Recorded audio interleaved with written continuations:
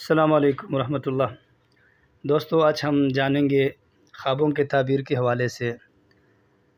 ہمارے پیارے نبی کا ارشاد ہے کہ برے خواب شیطان کی طرف سے ہوتے ہیں اور اچھے خواب رحمان کی طرف سے ہوتے ہیں۔ اگر کوئی بندہ اچھا خواب دیکھے تو کسی نیک انسان کے سامنے اس خواب کا تذکرہ کرے اور اس کی تعبیر پوچھے۔ آج ہم جانیں گے خواب میں نکاح کرنا۔ خواب میں نکاح کرنا مال و دولت ملنے کی نشانی ہے۔